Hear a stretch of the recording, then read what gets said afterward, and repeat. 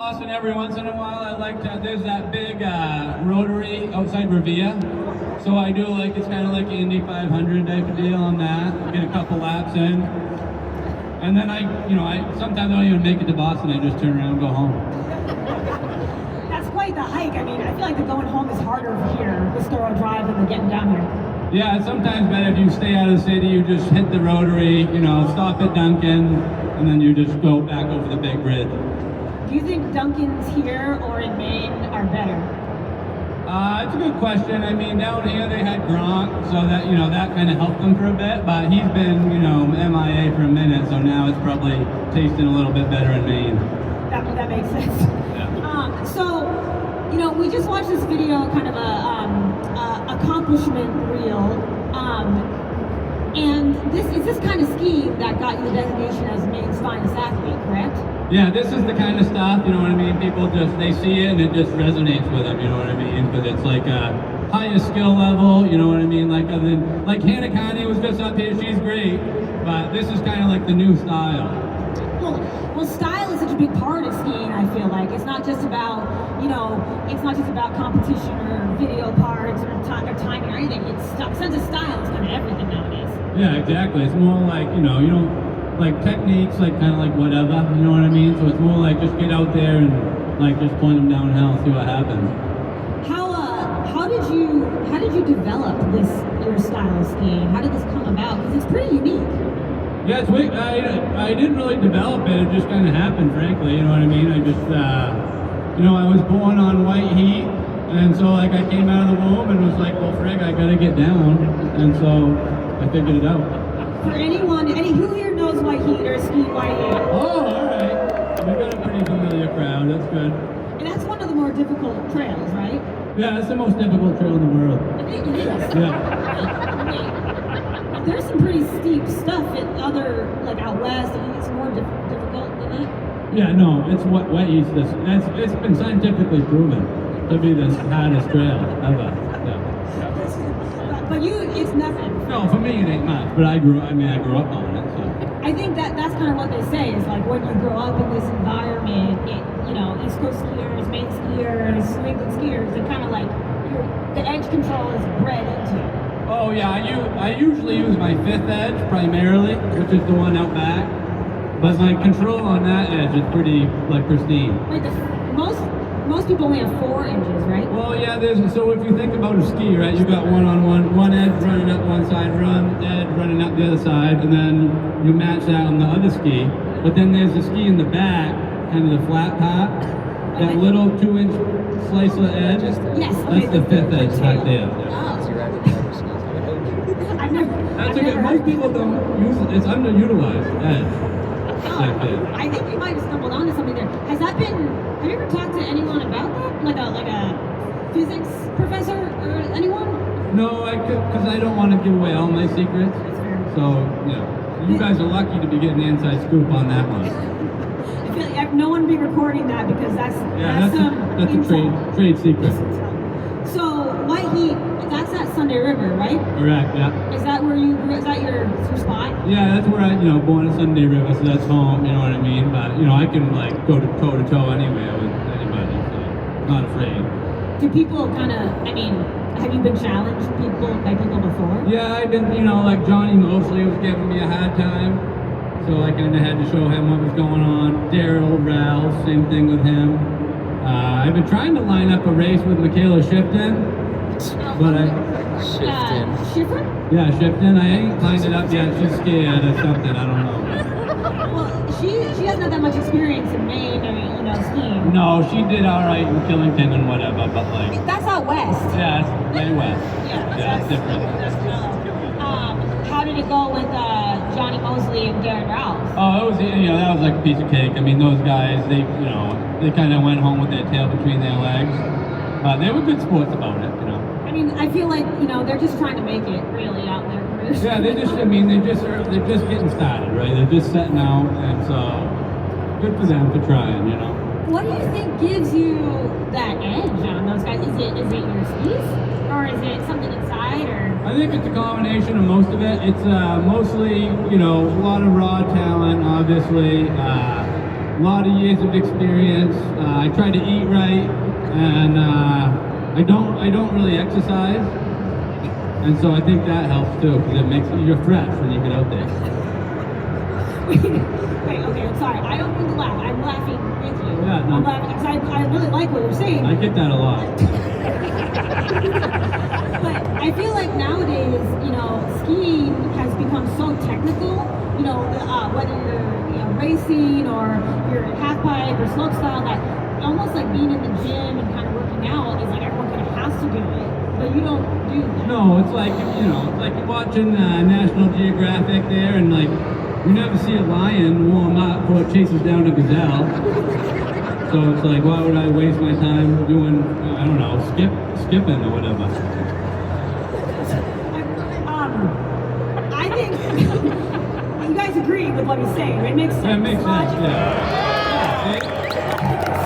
We got a lot of non-exercises here, which is good to see.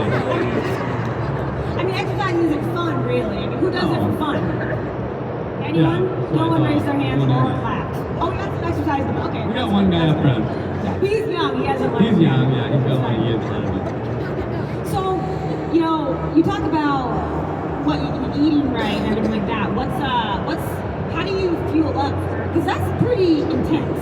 Like, Yeah, no, you gotta be fueled up. So I actually brought you some, Mary. Yeah, I brought you. This is kind of like the daily nutrition plan. So usually I wake up and I do a whoopie pie for breakfast.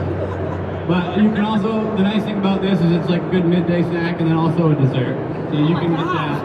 If you want to tear into it, I mean, feel free. I brought myself one. Did you bring enough for everyone? Well, we can pass it around.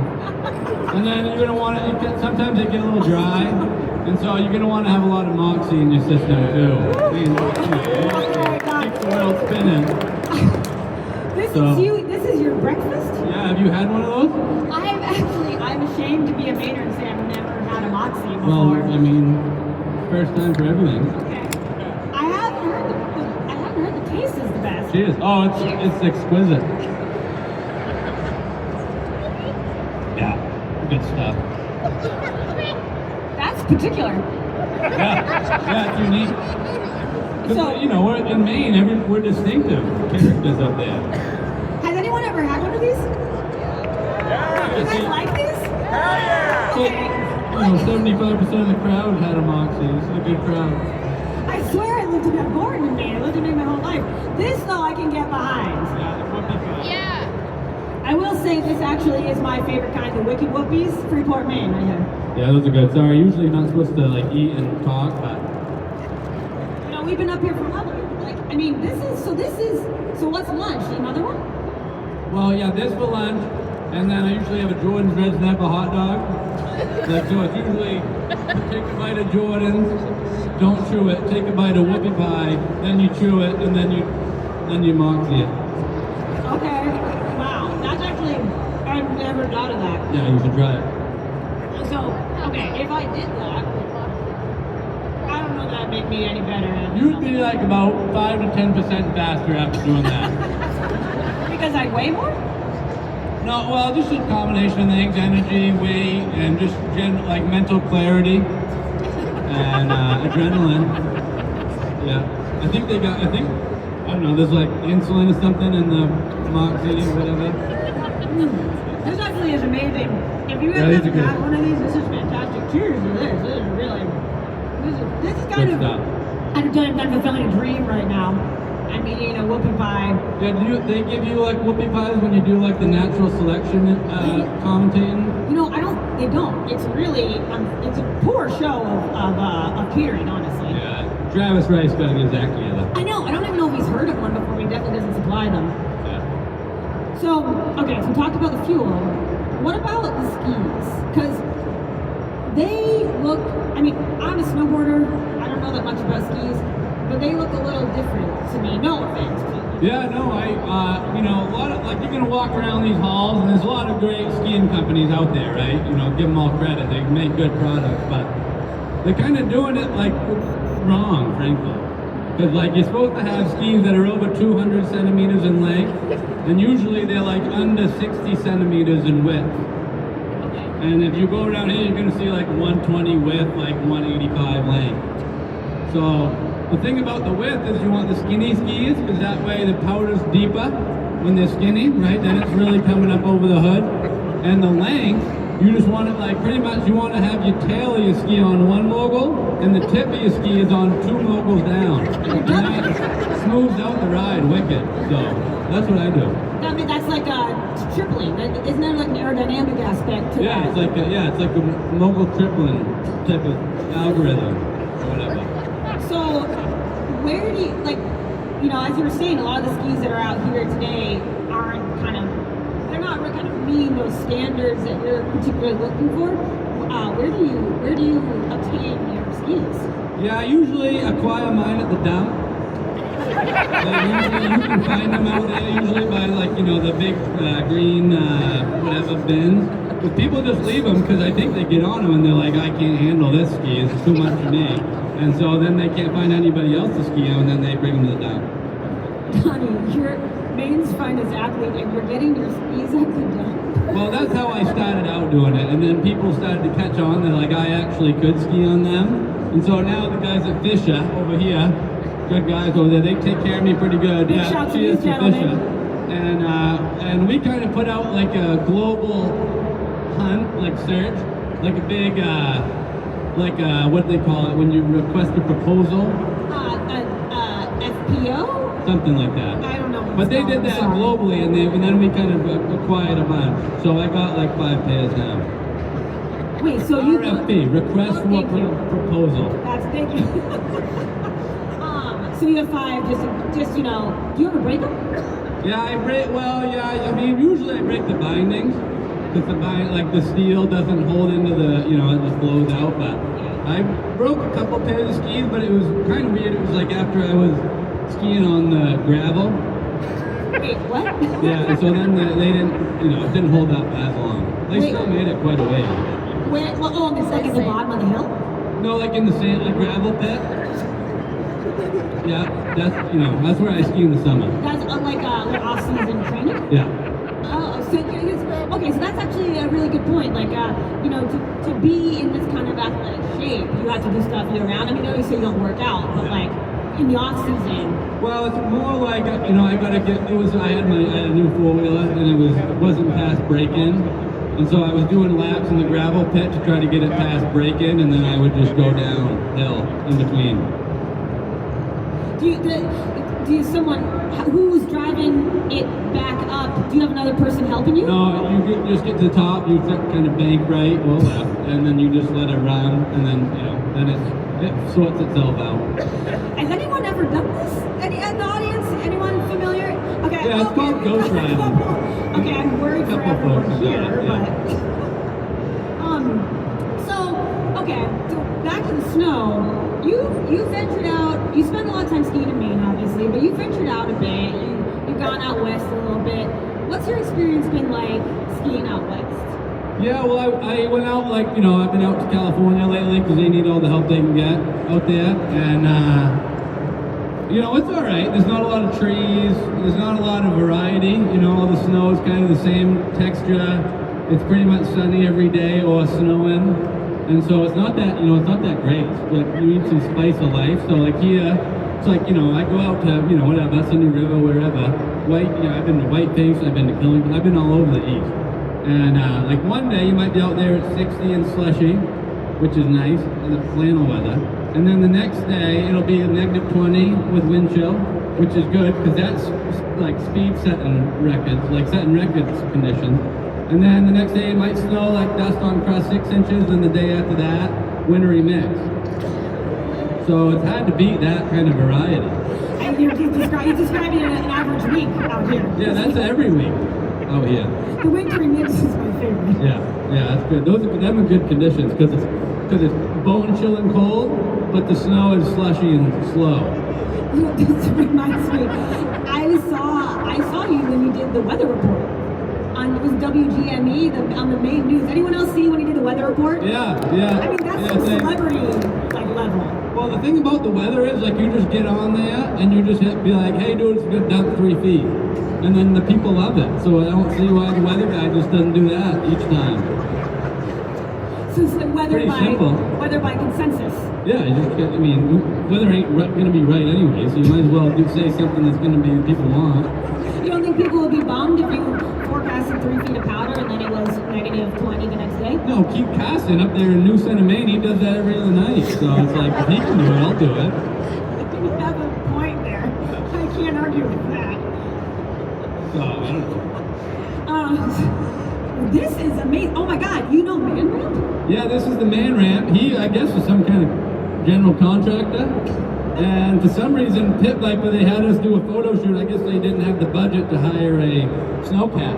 So they just got him to hold up a piece of plywood, and it worked out pretty good. Kind of like a DIY. He looks. Yeah. You guys kind of have similar aesthetics for your outerwear. Yeah, well, we're kind of blue collar guys, so we the thing about like people wearing like whatever Act Derek's or whatever fancy stuff, Helly Hansen's or whatever, and that's great, it looks good, but you want to be able to like go work on the truck and then not change, go to the hill, and then not change again, go to Legion, and then do it all over again. And that's kind of this is a go anywhere, do anything outfit that you see in here, me and the man ramp. I think you just described kind of what soft goods companies have been trying to achieve for decades. Yeah, you just get like, jeans and like cotton and like a nice flannel, and that's all you might need. Even in like a snowstorm? Yeah, you might be like just do a thicker layer, like maybe double up on your layers. Yeah. But that's it. Yeah. What's your go-to spot to get your flannel? Are you kind of a Rennie's guy or LL Beans, like if you're going straight to the source, is good. Yeah. And then Martin's, you can get good deals. Rennie's is good too. Yeah. Any of them really. And then you can always just go to like any kind of like secondhand store. You can find some good stuff there too. The dump sometimes. On good days. Yeah. You mentioned working on the truck and everything and general contractors and stuff. How do you ski? How many days a season do you ski? I think like usually like right around 370, 375. Like a leap year? Oh, that's like on an average year. Some years it's more. So when you're skiing that many days, how do you make this work? Like how do you support the habit, I guess? Yeah, well, on my off days, I usually, got odds and ends, so like doing landscaping, doing roofing, mowing lawns, you know what I mean? I've been doing a bunch of jobs at the ski resorts lately, so like I'm the chief packing officer. Oh yeah, I've seen that on CPO, yeah, actually a couple places. I'm the CPO. And let's see what else. I do bump a couple chairs, lift offs. I used to do the friolators, but then they said I wasn't up to code or something, so I couldn't do that anymore. But they demoted you from the friolators? Yeah. Did you tell them who you are? They didn't like my leather gloves that I was using. They said they had too much diesel fuel that was coming out into the fries. I figured it'd be helpful, but well, just in case something happened, you're prepared. Yeah. I mean, that makes sense to me. Right. Of all those things, what draw did you feel fit you most at the ski resort? Well, I like the chief packing officer gig because really, I usually show up. I'll come in. A couple Teslas will pull into the lot. I'll be like, hey, dude, sorry, you're gonna pack out at lot 6, and then I will usually just go skiing the rest of the day. And actually, what I've been doing lately is I clock into multiple jobs. So I'll clock in from my CPO shift, clock in at the lifties too, so I'm doubling my wages. And then I usually go skiing most of that time. So you're saying like mastering the art of efficient time management? Yeah, it's like a work smarter, not harder type of deal. And then who holds down the fort at home? You have a significant other? I do. The old lady, she's kind of the marketing department. And she kind of keeps it all together. You can actually see everybody here after this. We're going to be doing a poster sign-in, and the old lady's procured some pretty nice merchandise over there, so you can all follow me. Yeah, give it up for the old lady. Yeah, let's give it up for her. She kind of keeps the show going. She does. So we're over there behind the flat tire tent. So come get a poster and a T-shirt or a sticker or whatever. And we got a nice photo booth over there too. Oh, that's exciting. Does she ski too? Yeah, she skis and boards. Okay, now, I know she can hear us, but like, quantify her athletic ability. Is she like, you know, up to par? You guys keep up together? Yeah, she's Is she better? actually wicked athletic, but she just doesn't care. So she'll like, you know, go like, I don't know, like she'll go like hit a home run on the softball thing, and then like she don't play baseball ever again. She's like, all right, I figured that out. Like, what's next? So she's kind of a winner take all. She just Yeah, masters it and moves on. Yeah, she's about like, you know, she's about shooting. So like you play hockey, she'll be like on her own like blue line, and she'll be slap shotting it from back there. That's pretty impressive. Yeah. So she keeps you on your toes. Yeah, she's more of like a see the shot, take it type of gal. I like that. I like that. You know, nothing better than having a strong partner in the game. Yeah, for you. yeah, exactly. So, I forgot to mention earlier, we have some main trivia at the end that we're gonna do. Oh, too. there we go. And we have some time for Q&A. If anyone has any questions, start brewing your questions for Donny right now, because we'll go around and you can ask anything you want to hopefully increase your own athletic prowess with some tips from this gentleman. But I want to get into some of the things that you've got going on. Can we do a quick intermission? Yes. Hey, Mom, can you go get them that case of Moxie? We can give it out for the main Q&A. Thank you. We'll get that going here in a second. We got some prizes. I forgot. Oh, that's I was amazing. supposed to bring it up. I forgot. But yeah. So this winter, so you have a lot going on. So first you're getting at least 365 days a year of skiing in. Yeah. You're the chief parking officer. You have lift bumping, the landscaping. Am I forgetting something? Well, like tile and roofing. Roofing. Yeah. You know, dirt bike riding, ice fishing, Sand pits. sand pits. Yeah. Minutes. So the schedule is like fairly packed, but this winter you have a lot going on more. Yeah, we do. We got some stuff coming up. We're working on the date, but we're going to be doing a skiing tour with LL Bean in Maine. We're going to be going to Pleasant, Black Mountain in Maine, and Lost Valley with LL Bean. So that should be pretty mint. That'll be around Christmas time. And then we got a big event coming up, the Bustin' Burn, which is a big mogul event at the Sunday River in April. I've heard of this. Yeah. Has anyone been to the Bustin' Burn before? Oh yeah, we got a couple of Bustin' Burners. Everybody should come. It's a big event. It's a big deal. What does the Bustin' Burn entail for anyone that isn't familiar with? Yeah, so it used to be like the biggest event, like it was bigger than the Olympics, in my eyes anyway. And it's a big mogul skiing competition. In the 90s, they would give away a car and a bunch of money, and all the bigwigs would come. And like people like Hannah County, Calico would come to that. And so now went away for a few years. Now we're bringing it back. So it'll be the second weekend of April. I think maybe it's the first. I think it's the second weekend of April. You can look no, on it's the first weekend of April. First weekend. But it'll be a big mogul skiing contest. Anybody can enter. Everybody's welcome, and it's a really good time. So I hope to see you there. So that's really good. And the LL Bean thing is really interesting because do you feel like LL Bean is kind of like the dream partner sponsor? If you're being from Maine, it's kind of like the original. Yeah, it's a hard partner to beat because I grew up fishing there, right there behind under the stairs. Anyone ever been to LL Bean in Freeport? Yeah, they got a nice like a trout pond right underneath the stairs, so you can. I used to cast a line. They would get mad at me every once and again, but I think it was because I was hooking them all, and they were like, "We're gonna save some for everybody else." No, that makes sense. I can't. I'm sorry.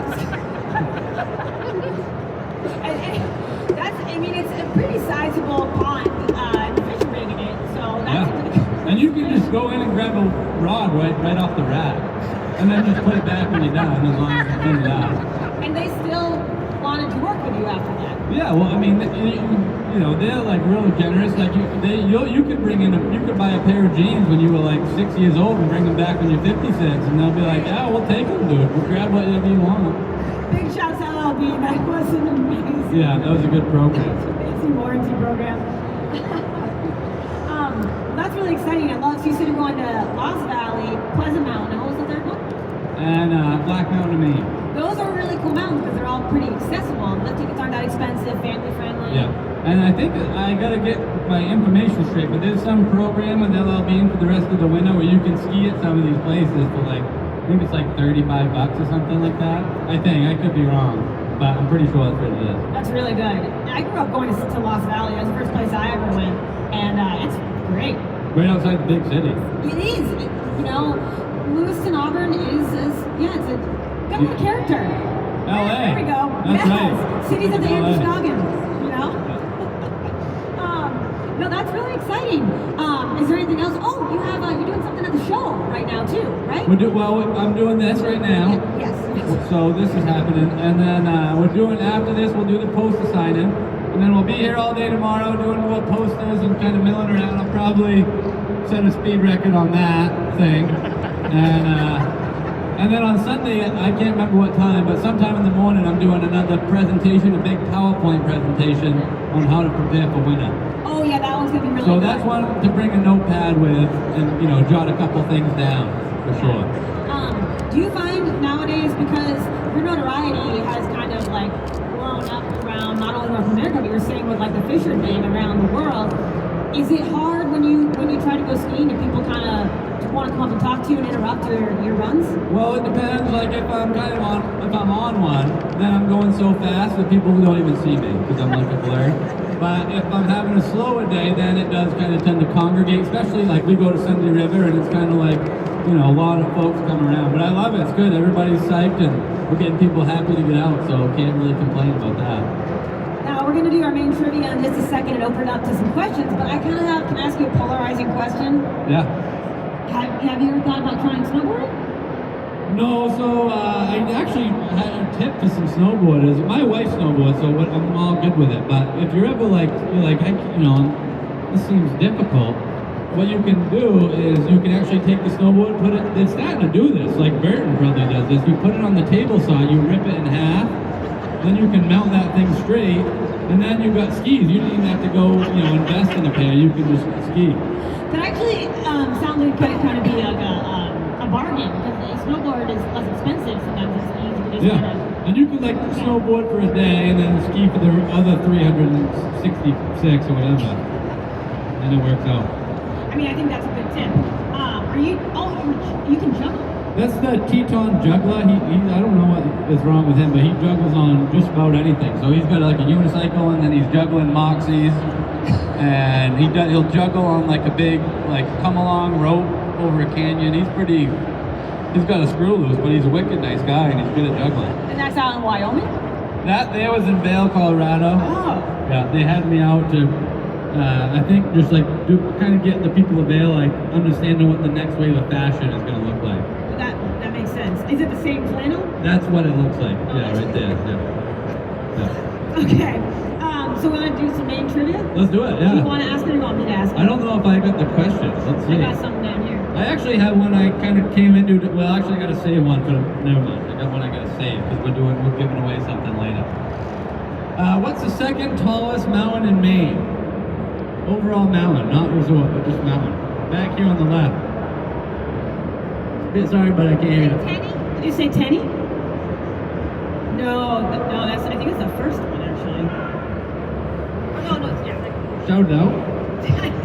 Sugarloaf, right there. There you go, dude. Okay, come on, can we get this guy a Moxie? He's right here on the saddleback hat. Give it up for him. Sugarloaf. You can go see Sugarloaf. They're out back. They got a nice display of the mountain. You can see the snowfields and the whole deal. Oh, the hat down there, dude. Yeah, this guy right here with the saddleback hat. I can, yeah. Nice hat. We got one on here I'm gonna skip. What's the oldest ski area in Maine? Anybody want to shout that one out? No, that's a good question. What's this? Mount Abrams is a good guess, but no. No, not Camden. Black Mountain. What's that? It ain't the river, but it ain't the river, surprising. Titcomb. It's Pleasant Mountain. I don't know if anybody Pleasant. said it. It used to be Shawnee, now it's Pleasant. We got some Pleasant folks out back. I guess I'll give myself a Moxie for that one. And let's see. What is the official state flower of Maine? Road cone. Yeah, pine cone. I think over here had it first. Who had it? You want a Moxie, dude? Mary would throw it, but they're a little high. Alright, you guys. How many days a year does the LLD and flagship store close? Zero. Moxie for everybody. We Go on, might grab need a it. tag for that. Go on. You get this? Go on. And then last one here. What's the official Maine state tree? Pine tree. No, treat like. Oh, treat. Hey, right there. Whoopie pie. All right. Well, we still. If anybody wants a Moxie, we got like this is a 12 pack, so I'll take 6, and you can grab the other 6. So now, anyone have any questions? I feel like very rare do you get to ask an athlete of this caliber anything you want. Okay, we got Yeah, right up front. in the front here. What's your favorite color? Oh, I like orange, blaze orange, because hunter safety. So it's just good to always have it on, you know. Put your hand up. How long have you been skiing for? I'm 32, so I think it's probably been about like 34 years now, something like that. What's your Keep your favorite hand up. food? Well, it's a good question. It's a toss-up between Jordan's Red Snapper hot dog and whoopie pies. Right now, I'm going pretty good on the whoopie pies. They're going down easy. So, yeah. What's your PB bass? My PB Bass. bass. I don't even know what that means, dude. Oh, my big. bass. Like weight. For fishing. My biggest bass weight. Oh, I don't know, about 60, 65, something like that. It was a large amount. Yeah, it was a large amount. Yeah. Hey Donny, would you rather slam or otherwise enjoy a Moxie or rip one down white heat? I usually prefer both at the same time. But if it's a good day, you know, if it's really firm and nice, like you can't even get your edges into it, well, I'd take white heat on that day. Yeah. What is your favorite bone to break when you're skiing? I mean, knock on wood, but there's no wood around here. This place is concrete, but I ain't broken a bone skiing. Ruptured an Achilles one time, but that we're in a big deal. I've never heard of you before, but this is very entertaining. You mentioned earlier if snowboarding was too hard, you can put it on a table saw, cut it in half, turn it into skis. So are you saying that skiing is easier than snowboarding? No, it's more like, you know, when you go snowboarding, you get off the lift and then you're gonna like bend over and then like your back goes out, you can't even stand back up, you're ratcheting your bindings down like like you're getting your Jeep unstuck out of the friggin' bog. And then you end up on some green run and then you're friggin' doing the scoops. Like that. So that's more what it's, you know, and I got nothing against snowboarding, I think it's great. I mean, Mary's a snowboarder, she's fantastic. My old lady snowboards. But I mean, if you just want to have like a different experience, you can do the table saw thing. Stop, Let's give it up for the spray and mantis back here on the mic. That's right, 2020 New Year's Day, I sprayed the buck. Check it out, 5 minutes in. He heading up Route 2 there and hit a couple potholes and I thought you were fixing the tarmac. What happened? Well, it seems like every year, like I keep working and fixing them, and then every year there's more frost tees and there's more potholes, you know what I mean? Then you got the Peterbilt trucks going over them about 65. That really blows them apart, so I'm trying, I'm working hard to keep them filled. But yeah, thanks, I'll keep working. Yeah. Donny, what's your mug number at the Matterhorn? Oh, number 1. Not surprising. These guys over here also wanted to know, agony or white heat? Oh, that's a great question, boys. That's impossible to answer, really. That's the only stumper of the night, is which one. I go back and forth. Depends on the conditions, I guess. Alright, what color a hot dog supposed to be? Red. Like crimson friggin' red, dude. Jordan's Red Snappers, yeah. That's the quote of the year for me. Crimson freaking red. Yeah. Donny, what's the biggest trick you've ever done off of a park jump? Well, my kind of philosophy on park jumps is I don't really know. I'm not planning on doing anything until I get in the air. And then usually when I do it, it's something that ain't got a name yet. So, I mean, most of it, these are like, they're mysteries to this day, what they are. They don't even have a name. But there's been some memorable ones. When are you visiting Sunday River next? I'll be up there Christmas week. Yeah, looking forward. Maybe see you there. Is that you got the Moxie sweatshirt on, dude? This guy's got a Moxie sweatshirt on. It's wicked nice. He might not walk out of that, walk out of here with that tonight. We'll see. Hey, Donny, how'd you do in the wife carrying contest? Yeah, so let's go. Me and the old lady, again, we'll go see her after this, but we did a little primer on the wife carry contest, kind of like a tutorial on all the different styles of carrying. And it was good. One tip, if anybody isn't familiar with the wife carrying contest, is you throw your old lady over your back and you run up like an obstacle course. And if you win your wife's weight in beer. And so we loaded her up with rocks just to get the weight up. And so they didn't let us enter it because they knew we would have won it. But that's a good technique. Yeah. I saw a video of you heli skiing in Alaska earlier this year, and I'd love if you just could describe the experience and what you thought of it.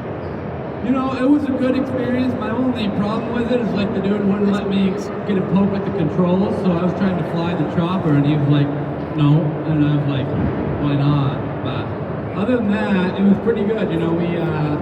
We got up there and lots of good untracked powder, so I straight lined it because you want to leave it pristine. And yeah, it was pretty good. I had a good time.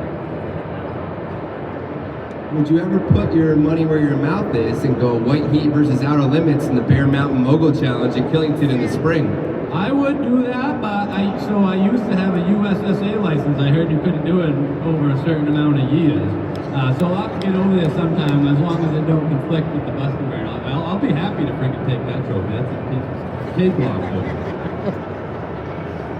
So Donny, you're able to do a lot of work with your hands and stuff. So my question for you is, what is the best at-home modification you can do to your RC4s to get yourself an extra speed boost? Oh, that's a good question, dude. So I usually what I'll do is sometimes I'll kind of just slice out a little bit of the edge, like take an angle grinder and slice out like just underfoot, right where you don't need it because you're not really using that pad anyway.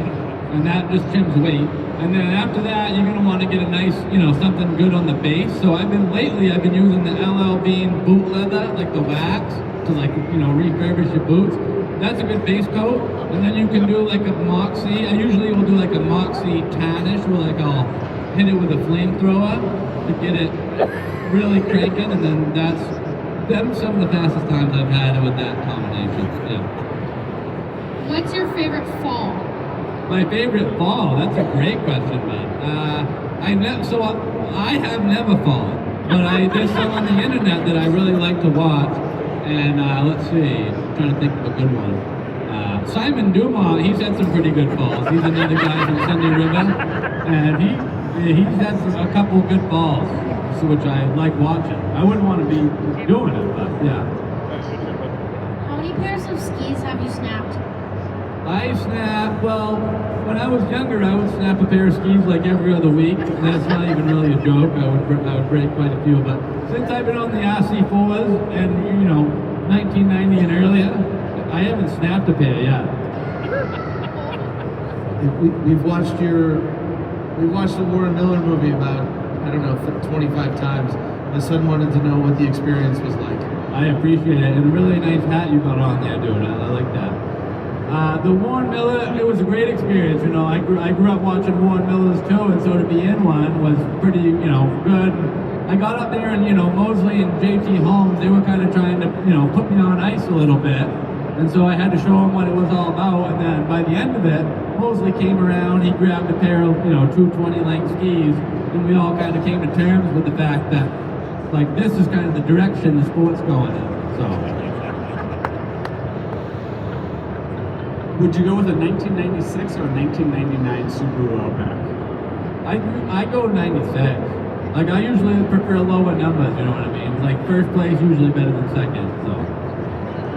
We've got time for 2 more questions, and then Donny's got to go over and... 2 more.